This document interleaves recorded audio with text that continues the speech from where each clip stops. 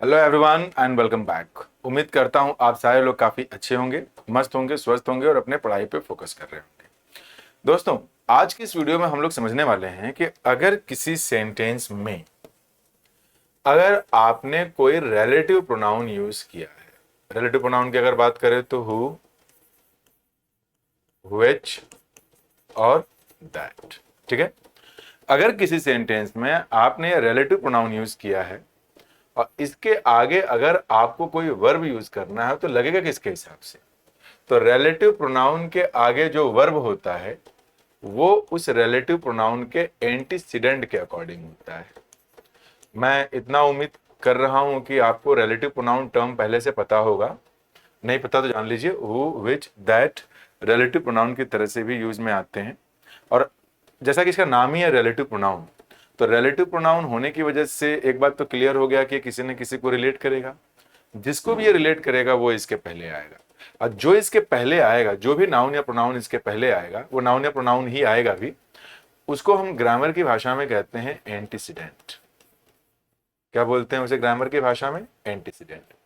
Antecedent को हिंदी में कहते हैं जो पहले आए। ठीक है। यानी that something that comes before. ठीक। तो हमारा यहाँ का जो समझने का आज का टॉपिक था वो ये था, if there is a relative pronoun in a sentence and if the relative pronoun is followed by a verb, तो ये वर्ब किसके हिसाब से लगेगा? रिलेटिव प्रोनाउन के हिसाब से लगेगा कि इसके एंटीसीडेंट के अकॉर्डिंग लगेगा? एंटीसीडेंट का मतलब कि जो रिलेटिव प्रोनाउन के पहले है। तो जाहिर सी बात है कि बात इसी के बारे में हो रही, तो ये वर्ब भी उसी के अकॉर्डिंग लगेगा। आइए इसे एग्जाम्पल के फॉर्म में हम समझने की कोशिश करते हैं। मैंने यहाँ एक एग्जाम्पल लिखा, कालिदास इज, बड़ा ही कॉमन एग्जाम्पल है, ये बहुत ही फेमस एग्जाम्पल है, इसीलिए इसी को दे रहा हूं। स्कूल्स वगैरह में भी ये देखने को मिल जाता है कई बार। तो Kalidas is one of the greatest writers that has have ever lived. ठीक है ना, दैट हैव एवर लिव्ड। अब ये हमारा एग्जाम्पल है। हमें ये पता करना है कि इस एग्जाम्पल में यहां जो ये वर्ब यूज किया गया है, इसमें हैज यूज होगा कि हैव यूज होगा कि दोनों यूज होगा? तो समझते हैं। Now you can see the use of a relative pronoun in the given sentence is that, ये relative pronoun हो गया। तो हमें पता है कि relative pronoun के आगे जो हम verb यूज करेंगे, ये verb यूज होगा relative pronoun के antecedent के अकॉर्डिंग। तो antecedent क्या है यहाँ पे? The greatest writers। तो भाई antecedent तो हो गया प्लूरल। अगर एंटीसीडेंट प्लूरल हो गया तो फिर वर्ब भी क्या होना चाहिए? प्लूरल। यानी कि जो यूज है हैज का वो गलत है, ये क्या होना चाहिए आपका? हैव होना चाहिए। अब बात यह है कि इस सेंटेंस का मतलब क्या है, चलिए ये भी समझ लेते हैं जल्दी से। Kalidas is one of the greatest writers. One of the greatest writers यानी कि जो ग्रेट राइटर्स हैं वो कई सारे हैं। ठीक है, मान लेते हैं इतने ग्रेटेस्ट राइटर्स हैं। एंड ये जो दैट यूज किया गया है राइटर्स के लिए यूज किया गया है, मतलब कि वो ग्रेटेस्ट राइटर्स जो पहले कभी यहां रहे हैं, तो ये बहुत सारे रहे हैं, इनमें से कोई एक कालिदास है। इस सारे सेंटेंस का मतलब ये है। लेकिन कई लोगों के डाउट होता होगा कि सर यहाँ बात तो वन ऑफ की हो रही है, तो वन ऑफ की अगर बात हो रही है तो तब तो वर्ब सिंगुलर होना चाहिए। देखिए, इस डाउट को पहले दूर करूं। जैसे यहाँ लिखा है वन ऑफ, तो इसमें बोला गया है ना कि कालिदास उन ग्रेटेस्ट राइटर्स में से एक है। तो कौन वाले ग्रेटेस्ट राइटर्स में से एक है? भाई इतना तो मानेंगे ना कि वन ऑफ अगर किया गया है तो पार्ट एंड टोटल की वजह से उसमें से एक को निकाला गया है, तो वो एक से ज्यादा ही होगा। तो जब वो एक से ज्यादा होगा तो प्लूरल होगा। तो आगे जो रिलेटिव क्लॉजेज होते हैं, ये प्रोनाउन की वीडियो से मैंने पहले ही पढ़ा दिया है, वो रिलेटिव क्लॉजेज बनाते हैं। And relative clauses are nothing but adjectives. तो वो एडजेक्टिव है, तो वो एडजेक्टिव इस वन का नहीं है, वो एडजेक्टिव इस राइटर्स का है। यानी कि कालिदास उन महानतम राइटर्स में से एक हैं जो राइटर्स पहले कभी यहाँ रहे हैं या कभी जिंदा रहे हैं। तो उम्मीद करता हूं आपको समझ में आया होगा। अब आइए जरा इस कंफ्यूजन को दूर करने के लिए एक और एग्जाम्पल यहाँ यूज करते हैं हम लोग।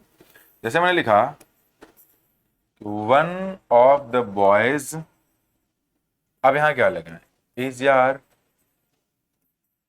राजू, मान लेते हैं सेंटेंस। तो अब आपके मन में आ गया कि सर यहाँ पे तो आपने हैव लगाया, प्लूरल है तो काम करें आर लगा दें। यहाँ ऐसा नहीं है, क्योंकि यहाँ पे कहीं से भी कोई रिलेटिव प्रोनाउन का यूज नहीं हुआ है। तो यहाँ पे जो बात हो रही है, जो ये डिस्क्रिप्शन था वो राइटर्स का था, इसलिए प्लूरल किया गया। यहाँ पे ऐसा कोई रिलेटिव प्रोनाउन है ही नहीं। जब है ही नहीं, डायरेक्ट यहाँ वर्ब दिख रहा है हमें, इस वर्ब का हमें यहाँ ये पूरा सब्जेक्ट दिख रहा है। अब इस सब्जेक्ट में से किसको मेन माने, तो ध्यान दीजिए ये प्रेपोजिशन है, और अगर ये प्रेपोजिशन है तो इसके बाद जो आया ये बनेगा इसका ऑब्जेक्ट। अगर ये ऑब्जेक्ट है तो where is the subject, one.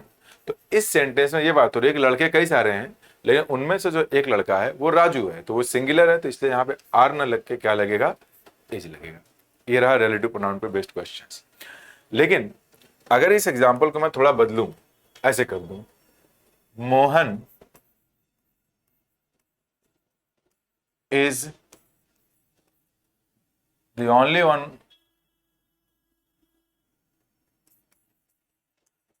Only one of the boys that has